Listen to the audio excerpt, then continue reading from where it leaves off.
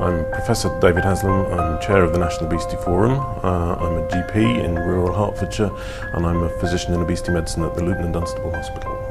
When patients have become overweight or obese, then eating normal food has gone badly wrong. They've eaten too much of it maybe, they've done too little exercise maybe, there may be other factors such as genetic factors or environmental factors, but just eating normal food, something's gone wrong. And so by starting a diet such as a very low calorie diet, it's reversing the problems that eating too much normal food has done. And it's important to bear in mind that a modern very low calorie diet is nutritionally complete. It has got all the minerals, all the vitamins, everything that's necessary. So it's nutritionally complete. Nothing is being lacked by a very low calorie diet apart from the volume of food. NICE requires that results be evidence-based, but given that lipotrim can't be tested against a placebo, how can enough evidence be accumulated for the medical community to take such observations seriously? VLCDs can't possibly be tested against placebo for obvious reasons, but there's plenty of evidence that tests VLCDs against standard care. So as a clinician, I'm interested in how well my patient does who goes off on a very low calorie diet compared to my other patients that are just under my standard care who don't go off on very low calorie diets. And there's plenty of evidence that suggests that VLCDs are successful not only in losing weight but in maintaining weight loss.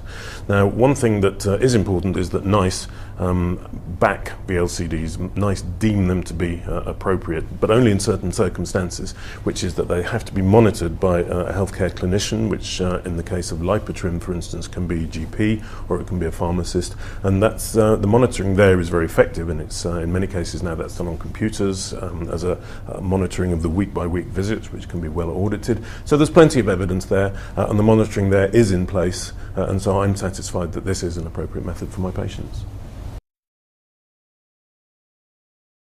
It's been said by surgeons that other than bariatric surgery, there are no other treatments that put diabetes in remission.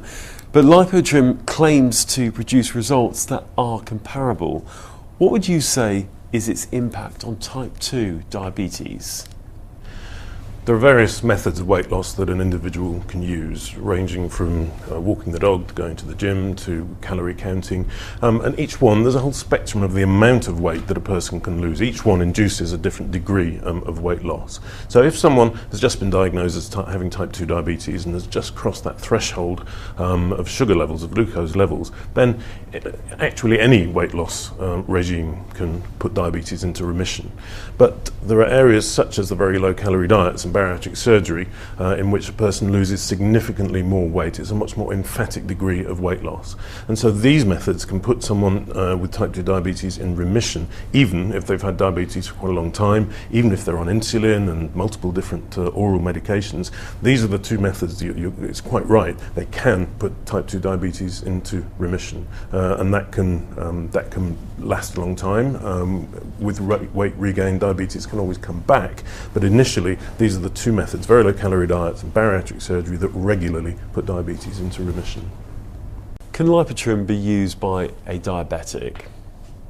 Lipotrim and other very low calorie diets can certainly be used by type 2 diabetic patients, and it's important to remember that 90% of patients with type 2 diabetes have their diabetes because of the excess weight that they carry, and so it's perfectly logical to use regimes such as lipotrim in order to reduce the weight. And we know from the evidence that with that weight reduction that blood sugars can be normalized, so patients can go into remission of diabetes, which means their sugars are normal without any anti-diabetes medication. So certainly lipotrim and other very low calorie diets are ideal for the type 2 diabetic patient with excess weight. Is remission of diabetes the only medical benefit that is achievable with weight loss? Remission of diabetes is only one of many improvements that will occur in a person's health with weight loss. Because weight loss leads to a lot of different problems. It leads to diabetes, cardiovascular disease, liver disease, sleep apnea, infertility, all sorts of problems. There isn't a single organ or system in the body that isn't adversely affected by overweight and obesity. Even Alzheimer's disease is now linked with obesity. So losing weight causes improvements right across the board, reduction in disease and improvements in risk factors for disease. Initial weight loss with LipoTrim releases considerable amounts of water that was bound to glycogen, the initial fuel. The diuresis may lower blood pressure in hypertensive patients. Weight loss is likely to lower it further. If the patient is on blood pressure medication, are there medical implications? There are medical implications of weight loss on blood pressure. In the long term, there's a reduction in blood pressure, which is of course highly beneficial in reducing risk of heart disease and stroke.